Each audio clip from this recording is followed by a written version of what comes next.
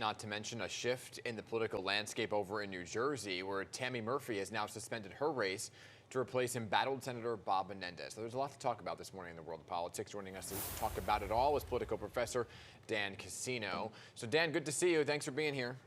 Good morning. So Dan, let's begin with this surprise announcement, really, from New Jersey's First Lady, Tammy Murphy. You know, there have been a lot of speculation with Andy Kim doing so well. Would she make it to the finish line? Here we are. Did you see it coming?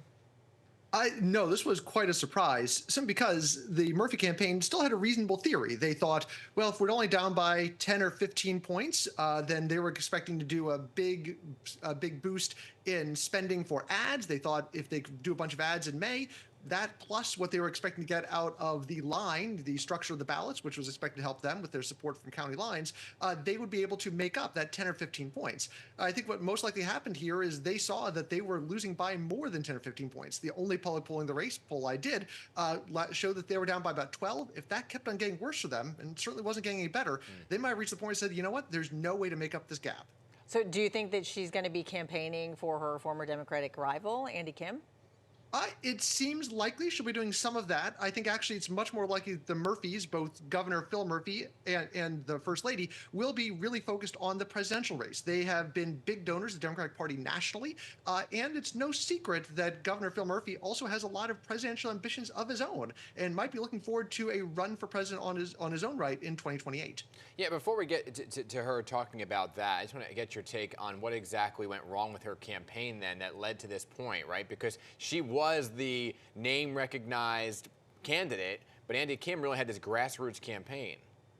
Well, so the big thing that happened was you've had this revolt brewing within the Democratic Party and within the Republican Party in New Jersey about county control and about the party control, where they just are fed up with the idea that we don't have competitive primaries in New Jersey. We haven't had a really competitive primary in New Jersey in probably 20 years on the Democratic side. And the reason for that is because the county leaders basically put together who the slate is going to be.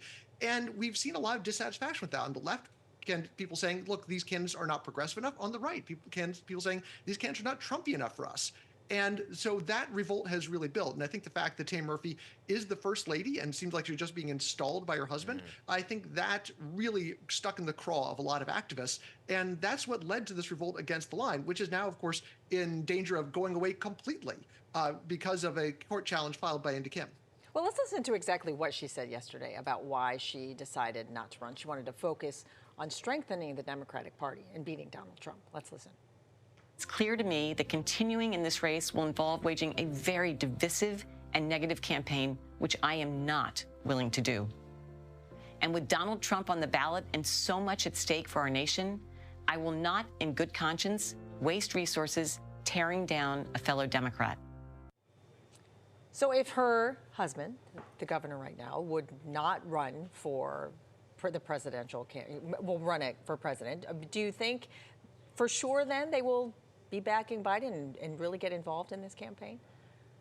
They have been major donors in the past. I mean, this is Phil Murphy's political biography, is basically leaving Goldman Sachs, becoming a major donor for the Obama campaign, and that led him to become the ambassador to Germany.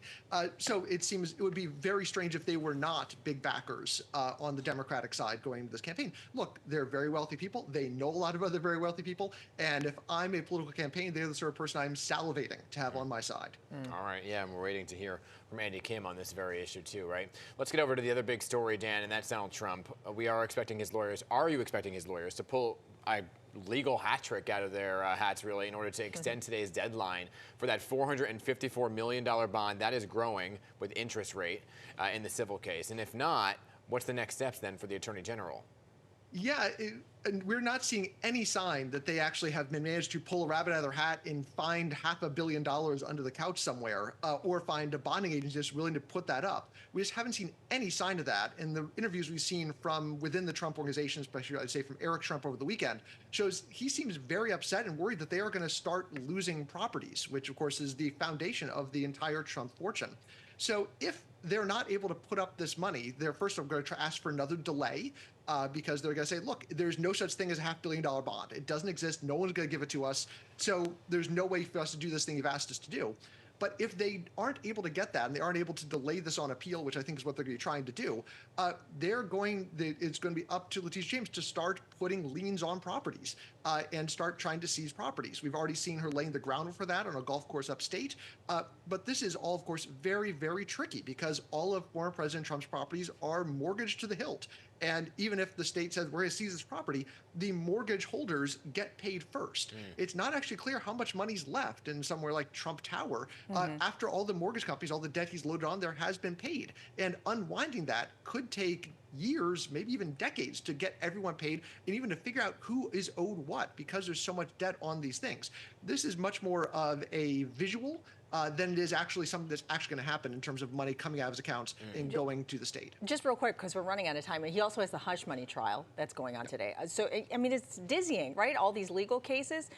It's not deterring his voter base, at least it doesn't seem like it is. Do you think it'll change, though, if he's convicted? Yeah, I think it's much easier to say I'm being prosecuted unfairly than to say a jury found me guilty. Certainly won't hurt him among his base, but remember, his base is not enough to win. In order to win a general election, he has to win over a lot of moderate voters. And it's hard to imagine a lot of independent moderators say, you know what, I didn't support Donald Trump in 2020, but now that he's been convicted, I'm on his side. Gotcha. All right, Dan Cassino, appreciate you being here this morning with all your expertise. We'll talk to you soon. Always a pleasure.